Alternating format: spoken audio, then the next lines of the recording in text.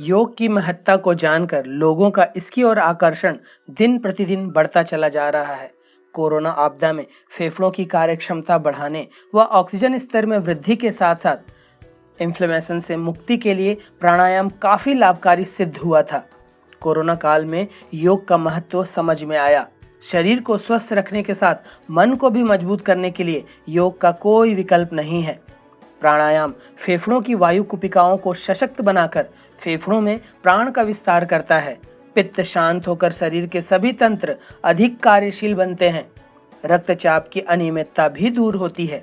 प्राणायाम आप नियमित और नियमानुसार करते हैं तो निश्चित रूप से आपके शरीर, मस्तिष्क और सोच में एक बहुत बड़ा परिवर्तन दिखाई देता है। रोग आपसे कोसों दूर चले जा चुके होते हैं। आप हमेशा खुश रहने लगेंगे, मन में शांति रहेगी और आप तनाव मुक्त रहने लगेंगे, जिससे आपका पारिवारिक, सामाजिक और आर्थिक जीवन बहुत ही आनंदमय व्यतीत होने लगेगा।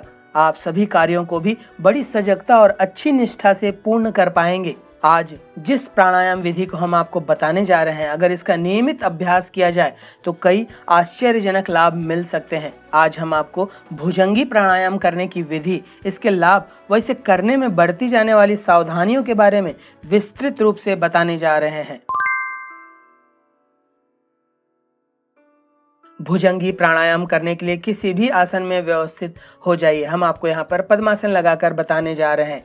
आंखों को कोमलता के साथ बंद कर लें। अब भुजंग अर्थात सांप के मुख की आकृति बना खुले मुख से सांस को धीरे धीरे कंठ तक भरें और होंठ बंद करें। फिर श्वास के अधिकाधिक भर जाने पर मूल बंद लगाएं, अर्थात मल द्वार को सिकोड़कर बंध लगाएं। श्वास को सहज भाव तक जब तक रोक सकें अंदर रोके रहें। फिर जब बंध खोलना हो, श्वास बाहर निकालना हो, तो पहले बंध खोलकर नाक से श्वास धीरे धीरे बाहर निकालें। यह एक चक्र हुआ। केवल इस प्राणायाम का अभ्यास कर रहे हैं तो इसे 10 से 15 चक्र तक करें। अन्य प्राणायाम के साथ 5 चक्र करना पर्याप्त होगा। जिन लोगों को ध्यान लगाना आता है वे मूलाधार चक्र पर अपना ध्यान लगाएं तथा जिन्हें ध्यान लगाना नहीं आता वे आती जाती श्वसन पर या दोनों भावों के बीच अपने ध्यान को केंद्रित करें। भुजंगी प्राणायाम करने के लिए किसी भी आसन में व्यवस्थित हुआ जा सकता है, फिर वह सिद्धासन, पद्मासन, अर्ध पद्मासन, वज्रासन, स्वस्तिकासन या फिर सुखासन ही क्यों ना हो। शारीरिक रूप से असक्षम लोग जो सुखासन पर भी ना बैठ पाएं, वे कुर्सी पर कमर सीधी रखते हुए भी इस प्राणायाम को कर सकते हैं। हस्त मुद्रा ध्यान मुद्रा या ज्ञान मुद्रा पर रहे, इसका विशेष ध्यान दें।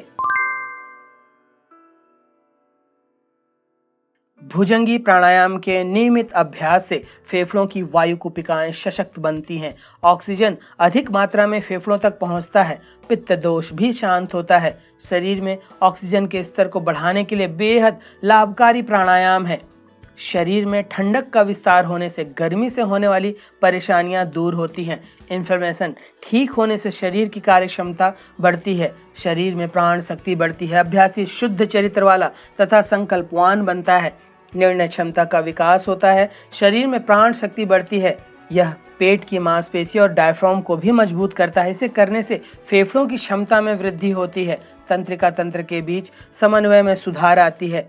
इसके नियमित अभ्यास से पेट की मांसपेशियों की अच्छे ढंग से मालिश होती है, पाचन में सुधार होता है, मस्तिष्क में रक्त के प्रवाह को उत्तेजित करता है, मणिपुर चक्र और सूर्य जालिका को सक्रिय करता है, आंतों की सक्रियता बढ़ती है एवं कब्ज दूर करने में भी सहायता मिलती है, अग्नाशय को प्रोत्साहित करता है और मधुमेह के लिए लाभदायक है, रोग निरोधक प्रणाली को मजबूत करता है, यह मन को संतुलित करता है, चिड़चिड़ापन और क्रोध भी शांत होता है, अवसाद के भाव को नष्ट करने में बेहद सहायक प्राणायाम है।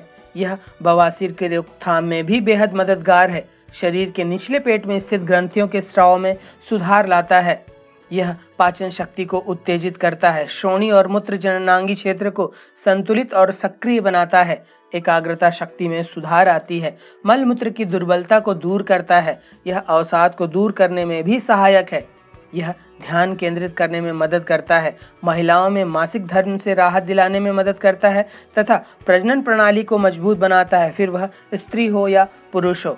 शरीर के विशेषकर उदर के सभी आंतरिक अंग मजबूत व स्वस्थ बनते हैं, रक्तचाप संतुलित होता है। इसको करने से आत्म जागरूकता और चेतना को जगाने में भी मदद मिलती है।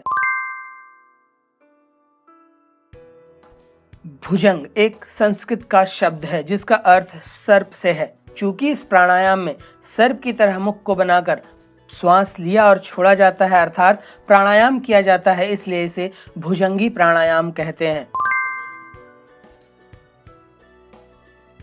भुजंगी प्राणायाम के नियमित अभ्यास से शरीर की हजारों नाड़ियां व चक्र शुद्ध होते हैं तथा सभी 7 प्रमुख चक्र स्पंदित होते हैं।